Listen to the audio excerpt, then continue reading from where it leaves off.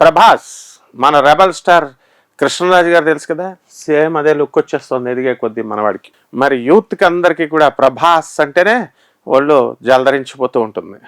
మరి మన ప్రభాస్ ఈ టాలీవుడ్ని ఏదో సినిమా వాళ్ళే, ఏదో తెలుగు వాళ్ళే, ఏదో తెలుగు సినిమాలే అని అనుకునేటటువంటి వాళ్ళని అందరినీ కూడా సినీ రంగాన్ని ఈడ్చికెళ్ళిపోయి మొత్తం పాన్ ఇండియా స్థాయికి తీసుకొచ్చేసాడు. ఒకే ఒక దెబ్బ బాహుబలి ఇలాంటి సినిమాలతో దద్దలాడిచ్చేసాడు. సల్మాన్ ఖానే భయపడిపోయాడు అనమాట. రాహుల్ గాంధీ వణికిపోయాడు ఏకంగా. ఆ విధంగా ఏమిట్రా నాయన ఇంత గొప్ప యాక్టర్ అని.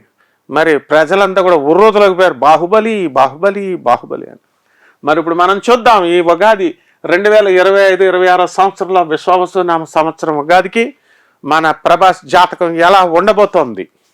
మరి మన ప్రభాస్లో మన చిత్తా నక్షత్రం చాలా dare and dashing, active, very active man. And అందరూ కూడా అభిమానులు సినిమా కెరీర్ కంటే కూడా పెళ్ళిళ్ళ గురించి బాగా అడుగుతున్నారు. అలాగే నేను ఇచ్చినటువంటి ఒక ఇంటర్వ్యూలో కూడా యాంకర్ అడుగుతుంది యాంగ్జెస్గా, గురుగారు ఈ అమ్మాయి ప్రభాస్ గారికి ఈ సంవత్సరం పెళ్ళి అయిపోతుందండి అని.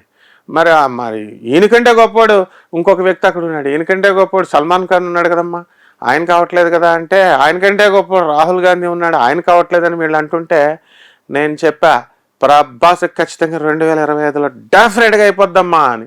అయిపోద్దంటే అప్పుడు ఆ అమ్మాయి అడిగింది, అవ్వకపోతే మరి నన్ను తిట్టుకోకూడదు అని అంది. అమ్మ నువ్వు కూడా అందంగా ఉన్నావు, నీకు ఇచ్చి మా ప్రభాస్ని అలాగో ఒప్పించి పెళ్లి చేసి పడేస్తావు అన్నావు.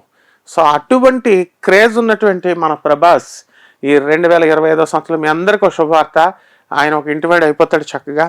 అలాగే ఆయన సినిమాలన్నీ కూడా మరి దూసుకు వెళ్ళిపోతాయి అన్నమాట.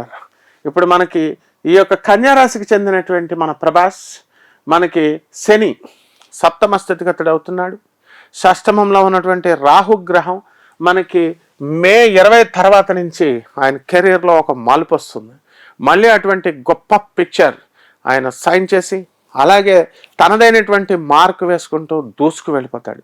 కాబట్టి ఇంతకాలం కూడా కెరీర్ పరంగా మాత్రమే కాన్సన్ట్రేట్ చేసినటువంటి ప్రభాస్ ఇక తన పర్సనల్ లైఫ్లో కూడా కాన్సన్ట్రేషన్, బిజినెస్ల మీద తన ఏకాగ్రత పెట్టడం, ఇలా అనేకమైనటువంటి కోణాల నుంచి చక్కగా ప్రభాస్ గారు ఒక వినూత్నమైనటువంటి గ్రోత్ అనేటటువంటిది మనం చూస్తాం. అలాగే ఇప్పుడు మన ప్రభాస్కి కేతు చక్కగా వ్యయస్థితిగతుడు అవడం, ఏదో కొంచెం చాదస్తంగా వెళ్ళినా మరి కేతు చాదస్తాన్నే ఇస్తాడు, కానీ ఫారెన్ టూర్స్ అండ్ మళ్ళీ ఇంకొక ఆస్కార్ అవార్డు కొట్టి పడేస్తాడు 2025-26 సంవత్సరంలో. ఇది డెఫినెట్, ఇది అందులో డౌటే లేదు. మళ్ళీ మనకి ఈ యొక్క గురుడు ఉన్నటువంటి ఈ యొక్క గురుడు కూడా మనకి బ్రహ్మాండంగా గురుబలం పెరుగుతుంది. మరి మొన్నటిదాకా భాగ్యంలో ఉన్నటువంటి గురుడు రాజ్యస్థితిగతుడు అవుతున్నాడు, శుభాల పరంపర అనేటటువంటిది వస్తుంది. మరి మన ప్రభాస్ గారి ఇంట్లో అందరూ కూడా సంతోషంగా ఉంటారు, అభిమానుల మీద కాన్సన్ట్రేట్ చేస్తారు. మన యాక్టర్స్, మన హీరోస్ అందరూ కూడా నో ఇంటి వాళ్ళు, నో పెళ్ళాలు, నో పిల్లలు, అంతా అభిమానుల మీదే.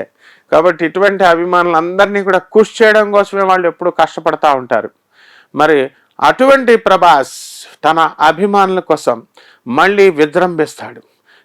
అసలు ఈశ్వర్ షూటింగ్ ఫస్ట్ మా ప్రభాస్ వచ్చినప్పుడు ఫస్ట్ షూటింగ్కి వెళ్ళాను నేను. వెళ్ళినప్పుడు గాయత్రి హిల్స్ యూసఫ్గూడ దగ్గర జరుగుతుంది, జూబ్లీ హిల్స్ దగ్గర జరుగుతుంటే చిన్న కుర్రాడు అనమాట, అయితే బౌన్సర్లను పెట్టుకుని వచ్చేస్తున్నాడు.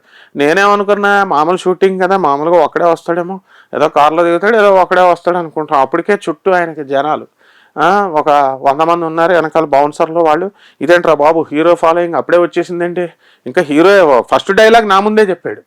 కాబట్టి ఆ విధంగా నెమ్మదిగా స్టార్ట్ చేసినటువంటి ప్రభాస్ ఎవరు ఊహించలేదు, కానీ మన కృష్ణరాజు గారు మాత్రం ఊహించారు. చిన్న ఊహించి మావాడు వస్తాడు, ఆ సినిమాల్లో ఎదుగుతాడు అంటూనే చెప్పుకుంటూనే వచ్చాడు. అనేక సార్లు నేను శ్యామల గారిని, మరి కృష్ణరాజు గారిని, మా బెజవాడ కనకదుర్గమ్మ దేవస్థానం తరపున ఆయనకి పుస్తకాలు ఇవ్వడం, దుర్గమ్మ తల్లి పుస్తకాలు ఇవ్వడం జరిగింది. వాళ్ళ ఇంటికి వెళ్ళి కృష్ణరాజు గారికి ఆయన మాటల్లో నేను ఎప్పుడు చూస్తుండేవాడిని, ప్రభాస్ వస్తాడు, ప్రభాస్ ఎదుగుతాడు ఆటోమేటిక్, అది కంటిన్యూస్ ప్రాసెస్ అని.